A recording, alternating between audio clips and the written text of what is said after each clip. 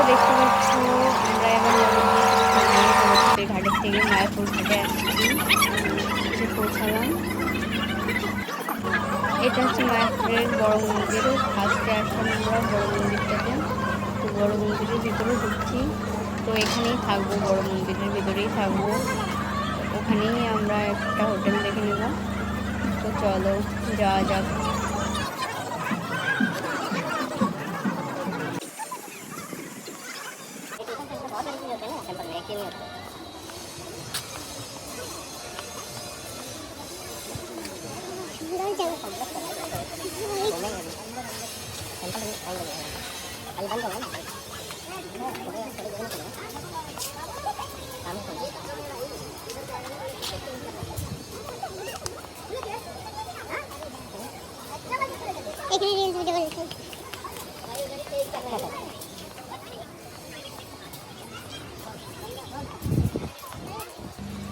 যারা যারা মায়াপুরে আসনি আর যারা যারা এসেছো বাট দেখোনি কোথায় থাকার জায়গা আছে, সুন্দর সুন্দর ঘর, এসি আর নন এসি দুটোই পেয়ে যাবে।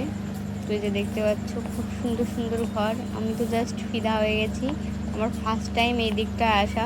বড় মন্দিরের ভিতরটায় আমি কখনো যাইনি এইভাবে এই দিকটাতে। তো এই যে দেখো সুন্দর সুন্দর দেখো ঘর। তো আমরাও একটা নিয়েছি, আমরাও একটা ঘর নিয়েছি। চলো সেই ঘরটাতে যাওয়া যাক। ওই যে দেখতে পাচ্ছ সামনের দিকটা, ওই যে সামনের দিকটাই আমাদের ঘর পড়েছে, ওইটাই ওই রুমটা। তো কতটা ভালো দেখেছো। এখান থেকে মন চাচ্ছিল কখনো আসবোই না, বাট কী করা যাবে বলো, টাকার তো ব্যাপার স্যাপার আছে। তো যাই হোক, এই যে একদিনের জন্য গেলাম। এটাই হচ্ছে আমাদের রুম, আমরা এন্ট্রি করছি রুমের ভিতর।